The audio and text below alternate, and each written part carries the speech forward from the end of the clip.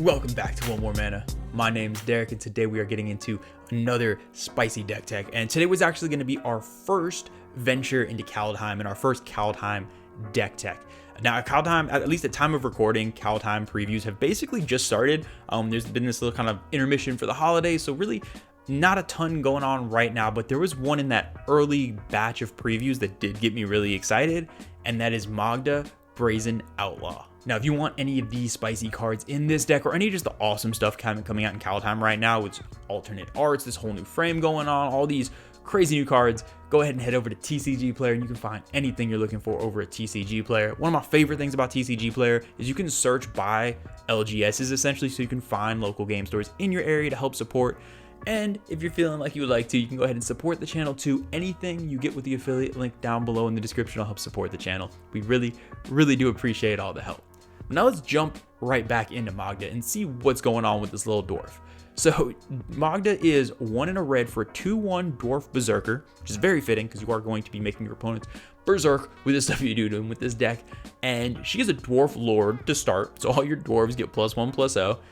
And then in addition to this, whenever any of your dwarves become tapped, including yourself, you create a treasure. Obviously, upon first glance, you might think, oh cool, we can ramp. But that's not at all what we want to use these treasures for. And it is for that last ability where you can sacrifice 5 treasures to go ahead and tutor for any artifact or any dragon and put it straight into play. So this is a way to cheat mana, get just all of your favorite way overcosted cards tutored into play and start swinging potentially pretty early, which already sounds like a good time. I feel like right now you're ready to go build it. But we'll look into some of the more nuanced things about the deck and see how this engine gets going. Now, really with this deck, there are 3 main categories. That's the word I'm looking for. We're looking for 3 main categories within this deck. And they're all kind of sort of in sync, but they do seem kind of random without this commander there. Now, the first category is at heart, it is sort of a tribal deck. So we want our dwarves. I'm thinking in the range of about 15 dwarves is what I settled on, and you may kind of tweak that as you go, which is weird because in most tribal decks, if it was truly a tribal deck, you want a lot more than that. I think in most like merfolk and goblin and dragon decks, you want to be in the range of 25, maybe more than that. These dwarves are basically just like the little match that's going to light the fuse to get that deck going, as opposed to the whole strategy in and of themselves. A lot of these dwarves, as we'll get into it, the creatures have cool little utilities and stuff about them, but really they're just there for treasure production. And then speaking of treasure production, that second category is either tapping enablers to get treasures with the dwarves, or independent treasure production by itself, because that all leads to the third category of massive things we want to cheat into play. This deck is all about cheating out dragons, cheating out artifacts, and really just swinging with the biggest, most inefficient creatures you've always wanted to play but didn't have enough slots for. So yeah, I think it's pretty easy to see why I'm excited about the deck. Y'all know I do love tribal decks, and y'all know I really love big stompy things. This is a weird fusion of the two that's going to lead to some very fun games, and in a way you get to really utilize a tribe that just you don't see much of. So let's just get straight into the creatures and start going over the categories for the deck. Now, obviously within the creatures, the first category are going to be your dwarves. They're all in this category. Like I said before, I'm thinking of about in the range of about 15, maybe 20, and which dwarves you pick really don't matter, especially because there aren't many to pick from. If you just go on Gather and search dwarf, you're basically going to see everything in the deck. There's really not that many.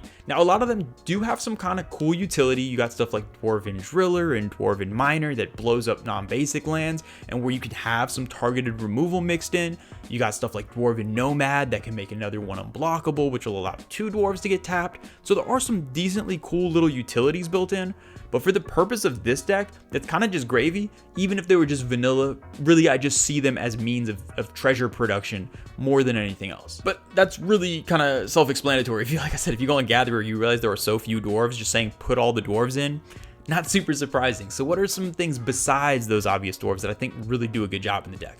I love something like a Captain Lannery Storm, which is going to allow token production independent. Just swinging with this, again, it's basically like its own little honorary dwarf. You don't need your commander out to get that treasure production, which is cool. Obviously, if you can afford it, Dockside Extortionist, which is amazing in every deck, is super broken in this deck. This is the type of thing where late game you can just play it, get enough treasures to cheat a few bombs into play and really just start putting pressure on people. But really, it's not necessary. It's one of those cards, if you have it, throw it in, but don't feel pressured. There's tons of treasure production in this deck, and this is just one of many. But obviously, the most fun category in the creatures are the bombs you're about to drop. What are these giant, scary creatures and artifacts you want to throw out? And this is by far the most flexible category. This is the category of you pick your favorite massive overcosted dragons and artifacts and just slot them in. Whatever your pet cards are, you throw them in. And I love decks like that because it really just lets you play cards, whether it was a card you had a cool, experience with at a pre-release or a card you just love the art for. The fact that it costs 8-9 mana doesn't matter at all. If it costs 10 mana, who cares? You're cheating it out and you're swinging with it. So that's really what matters. And within this, despite the fact that there's all this flexibility, obviously I had to go through and pick some of my favorites. So we'll start with something like a Balefire Dragon that is just a card I love. Innistrad is one of my favorite sets ever. Innistrad is amazing. I love the art, the flavor, the lore. And Balefire Dragon is one of the most monstrous things to come from it. Such a powerful effect, and I love the fact that you can tutor for it at any time, meaning when someone's board is getting a little out of control, being able to cheat this thing out and, re-put it under control, burn their board to the ground, and get yourself back in that commanding position.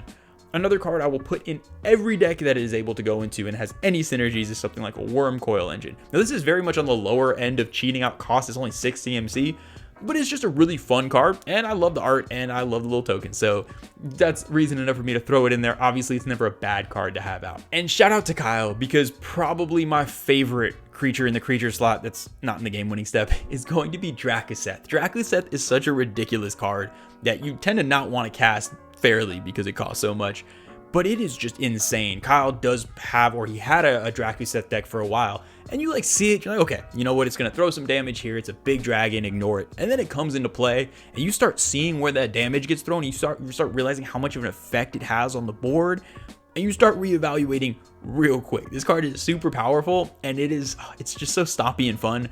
I really like this card. It's basically in that sweet spot of having a huge, powerful impact without really, in all honesty, warping the game. It's just an awesome, huge effect. Now, moving on to the artifacts, this is probably the second most important category because this is where a lot of our tap effects are going to come into play. So obviously, we're going to run some vehicles. I think anywhere in the range, I believe I have in the range of about 5 to 7 vehicles kind of going, because you don't need multiple vehicles out. Just one vehicle is enough to allow you to tap things. So we want to run stuff like Smuggler's Copter, which is easy to get out early. Sky Sovereign Console Flagship is an awesome card. Cultivator's Caravan. There's quite a few. Just pick your favorites. Again, it doesn't really matter what they do as much as they're allowing us to tap our creatures. The effects they have on, in addition to that, is kind of just gravy at that point. It's getting us treasures. Stuff like a treasure map that just makes treasures on its own is awesome. There's a lot if you go through these artifacts. These are all basically allowing us to get treasure production going, and a lot of them on some cheaper to play stuff. So it allows us early game to get this process of either tapping our creatures or generating treasures going to build up that store of treasures we'll need late game. Two that are just insane that are must plays in this deck are Rings of Bright Hearth, which is finally affordable, and Illusionist Bracers. These are so necessary because it it does copy our commander's activated ability. So when we sack those 5 treasures, we're getting 2 massive scary things instead of 1.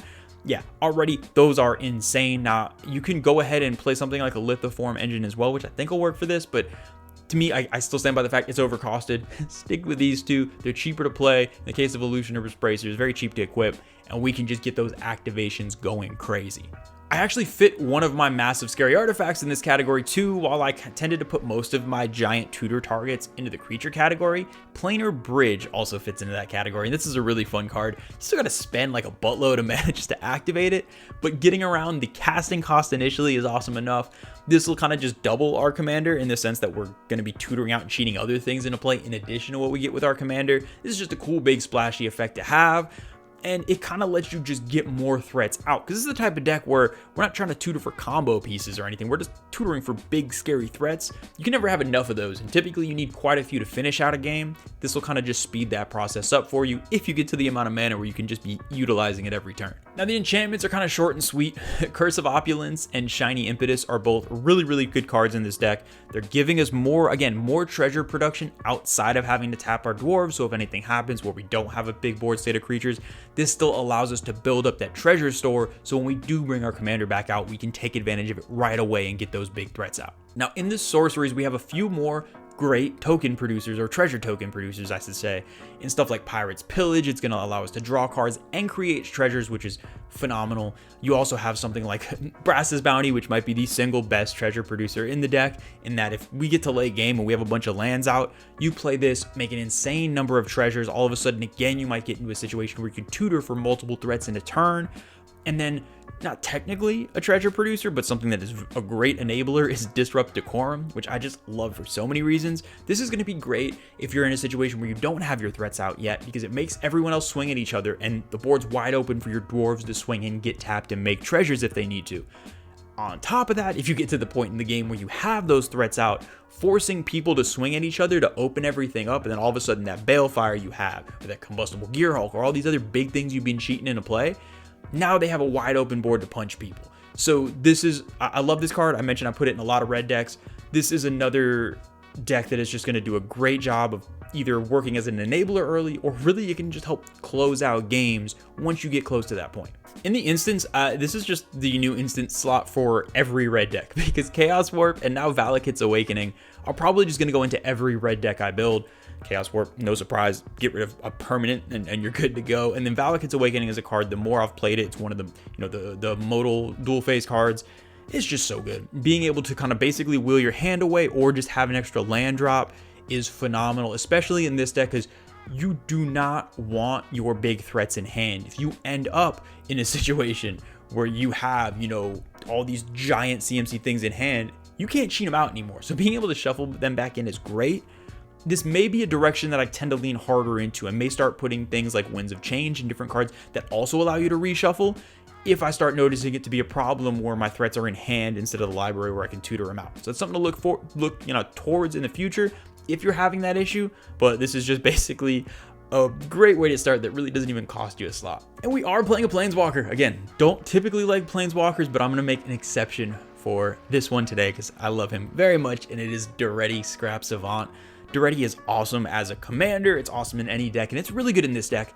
Again, if we get into a situation where we do cheat out something big and scary that's an artifact, or we, get in a situation where the opponent's actually ready to remove it, Derik is going to let us just cheat it back out. And the best thing is we're almost always going to have treasures available, so that minus for Derik basically says, sack a treasure, bring back whatever threat your opponents thought they dealt with, which is super cool. Not to mention the card selection it offers. Derik is just a great card, but that minus really is good in this deck when we have so many treasures available. When we're looking at the lands, there's a couple that I think are just really good in the sense that they can help add to our dwarf army, and that is Dwarven Mine, which we have a lot of mountains, so the chances of us getting that dwarf token is pretty solid. And Mutavault. Now Mutavault's a little bit more expensive obviously, so if you have one, throw it in, but having a Mutavault, especially in this deck more so than other tribal decks, is great because we really don't care what our dwarves are. Vanilla creatures are just as good, we just need them to be able to tap, so that is amazing in here. But yeah, outside of the Mutavault and the Dwarven Mine, doesn't really matter what you have in here. They're all basic mountains would work just fine. The best part about a modern color deck is you're fine. Maybe a Myriad Landscape, little things like that, but you're never going to be screwed for colors in your mana. As long as you run enough lands, you're going to be in a good spot. All right, and that is going to do it for all the categories. Now let's move on to the best part of every deck tech, and in this case, the most fiery part, and that is the game-winning step. How are we about to win the game with this deck? And the number one way is zero surprise. We're trying to beat people in the face with the giant things that Magda will let us cheat into play. And that's why I love the deck. You're just getting big creatures out, getting big stuff out. These dragons are swinging. You got artifacts coming over. It is crazy. I'm just picturing the dragons flying in, carrying artifacts, dropping them on people. Stuff's getting crazy. Stuff's getting weird. And that is the most fun part about this deck. But I will say there's probably two cards in here that represent this the best for me. One is going to be Fiery Emancipation. I still stand by trying to get this into every red deck that I can because this card is so much fun. And then the other one is Scourge of the Throne, which is also interesting combination, getting multiple combat steps if we have all these dragons and artifacts out. That's how we finish the game out in just the most flavorful way possible, burning everything to the ground. But now there are other alternative ways to try to win the game in here as well, and I think what best represents this is a card like Hellkite Tyrant. Hellkite Tyrant is awesome in really just any deck that wants a big scary dragon, so every deck I guess. But not only will it allow you to steal your opponent's artifacts and everything, but the thing I love is because we're making so many treasures throughout the game, it's not really realistic. You're not, generally gonna have 20 treasures sitting around. But this is a great way if you have a big treasure store, you're trying to figure out an alternative way to win, someone has too much life, this or that. This is a great way. Maybe you swing at another artifact player, steal all of their stuff in conjunction with your treasures. You might be able to get 20. I like having weird alternate ways to win like this that aren't necessarily the most realistic, so to speak, in this deck, but that do represent a different way to get there if your just primary route is closed.